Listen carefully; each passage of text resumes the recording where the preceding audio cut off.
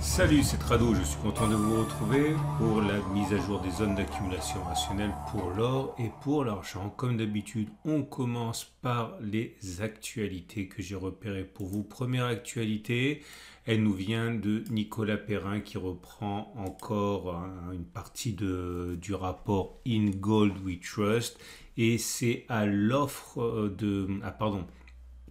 à la demande d'or globale et en particulier celle des banques centrales que Nicolas Perrin s'intéresse aujourd'hui et le zoom est sur le fait que après avoir réduit massivement leur exposition à l'or, les banques centrales continuent d'accumuler de l'or et ça ne devrait pas se calmer prochainement puisque elles déclarent vouloir augmenter leur détention en or et c'est particulièrement vrai pour les banques centrales des pays émergents.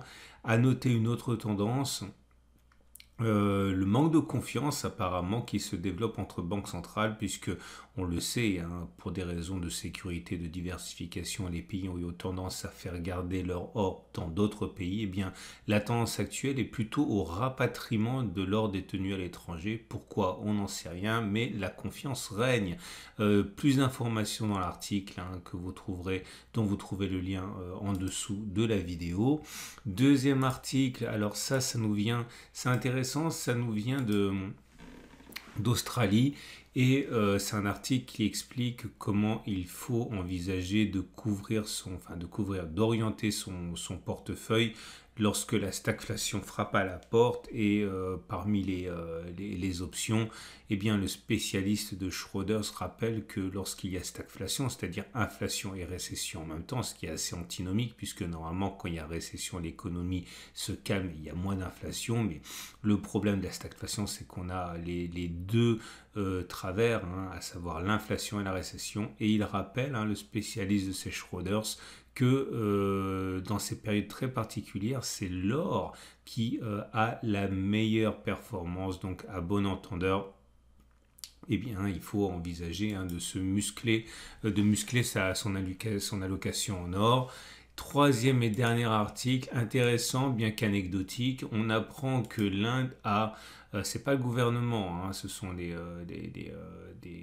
Indiens qui ont, des gros Indiens, des gros importateurs qui ont caché leur importation d'or en les faisant passer pour de l'importation de platine pour lequel les droits sont inférieurs et donc on ne sait pas exactement le montant de la entre guillemets fraude, mais voilà, c'est l'importation d'or a été plus importante que ce qu'on veut bien déclarer. Et c'est parti pour les zones d'accumulation rationnelle. Je vous rappelle que cette rubrique vous est apportée par Veracash, mon sponsor, qui permet d'acheter de l'or, de l'argent et derrière d'y adosser une carte de crédit, pas une carte de crédit, une carte de retrait, Mastercard, tout ce qu'il y a de plus classique. Vous avez plus d'informations en dessous de la vidéo, c'est un sponsor, donc n'hésitez pas à aller faire un tour et regarder ce que ce service peut vous apporter. Et voilà le graphe de l'or libellé en euros. La bonne nouvelle, c'est que on est toujours dans la zone de support majeur, ici celle qui permet d'accumuler si on croit au potentiel de l'or à long terme. La deuxième bonne nouvelle, c'est qu'on est toujours au-dessus de la M200 qui monte, ce qui veut dire que la tendance de long terme est haussière. La mauvaise nouvelle, c'est l'accès de faiblesse sur la moyenne mobile à 50 jours qui descend. Autrement dit, la tendance de fond est baissière malgré la tendance de long terme qui est haussière. Je rappelle toujours et encore pour ceux qui découvrent le format que la zone rouge sur laquelle nous sommes est une zone de résistance, une ancienne zone de résistance qui a été cassée, qui a changé de polarité, qui est devenue support. C'est pour ça qu'on se maintient à l'intérieur et c'est pour ça que c'est une zone d'accumulation rationnelle. Je rappelle que ma méthode repose sur l'idée qu'il faut impérativement investir petit à petit parce qu'on ne sait pas de quoi demain sera fait et que si on devait s'enfoncer dans la zone rouge ou même aller chercher la zone grise ou encore casser cette zone grise de support majeur, il faut être en mesure d'accumuler petit à petit pour pouvoir bénéficier d'une éventuelle remontée. Et donc à partir de là, il faut absolument investir avec retenue, avec méthode et je le répète progressivement et regarder les bougies Aiki Nashi. Pour l'instant malheureusement, ce n'est pas haussier.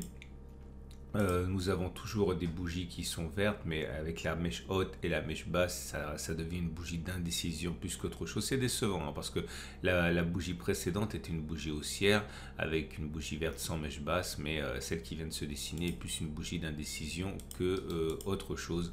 Mais on l'aura compris, hein, ça reste quand même une zone d'accumulation rationnelle. Regardez l'or, mais cette fois-ci libellé en dollars. Et c'est la même chose, accès de faiblesse. Encore plus marqué puisque bon, c'est l'épicentre des difficultés pour l'or, hein, le dollar, sa force notamment. Vous voyez bien que la tendance de long terme est baissière, la tendance de fond est baissière, mais là aussi la bonne nouvelle c'est qu'on est sur zone d'accumulation rationnelle. Ce support majeur, je vous en montre l'origine pour les nouveaux, c'est une zone de support qui a fait ses preuves depuis toujours la même chose. C'était une résistance, elle a été cassée, elle a changé de polarité et elle fait parfaitement son travail de support depuis 2020. Cela ne préjugeant rien de la capacité de l'or à rebondir pour le moyen terme, on peut très bien aller chercher ce support mensuel des 14,42, 15,55 $, zone sur laquelle eh bien, il y aura de l'accumulation rationnelle également.